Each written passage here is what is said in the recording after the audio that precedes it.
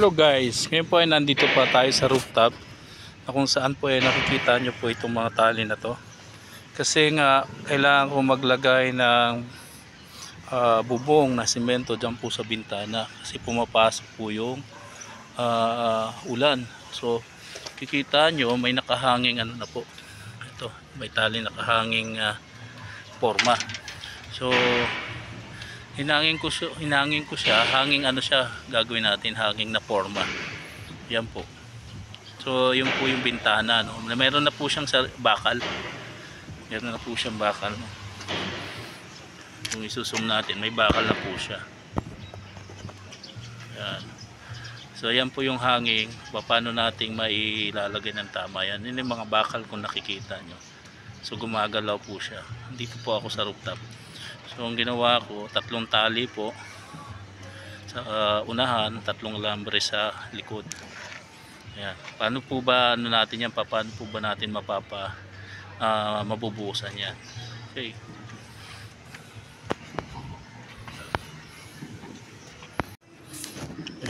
Hello guys, ito na nga. Nakahanging na po yung ating pong forma, no? As you can see, ito mga alambre na to. So nakahangin siya itong alambre na to kasi may gitna ako. Ito yung magpapa straight paangat ng hulihan. Yan. So 3 po to. Yan, yan 3 alambre. Isa rito sa side. Yan sa side. Isa sa gitna. Isa sa gitna po. Tsaka yun dun. Isa rin pong yan, alambre. Tapos yung tali, isa sa harap, side, isa sa gitna, yung blue, isa sa gilid, yellow. So kapag ito, iaabante lang natin ito pababa, yung dilaw, tsaka blue. Tapos, aangat na po yung ating forma, gaganon, bali, ganun siya. So, aangat po ng ganun. Papantay na po yan. Okay, natin ulit.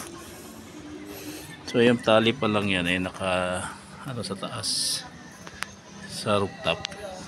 Pero ito may bintana po kasi akong grill dito. Dito na lang po itatali itong ito yung mga tali na to. Okay. So guys, ang problema rito, ito kung paano natin maitatali. Ito po kasi yung para nakahangin. Nasa rooftop po ako, 4th floor. Pang 5th floor po itong rooftop. Ngayon, wala siyang mapagtalian. So nakakita ako ng bakal dyan. Bakal rito.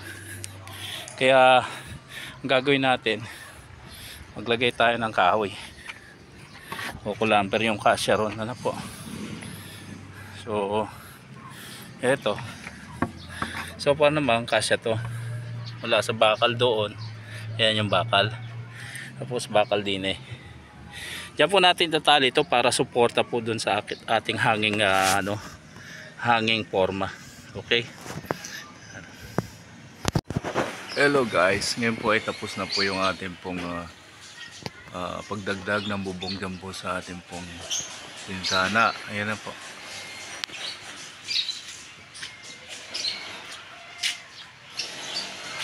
Medyo buo na siya, hindi ko na naipakita yung pagtanggal. At least yun po yung ginawa natin.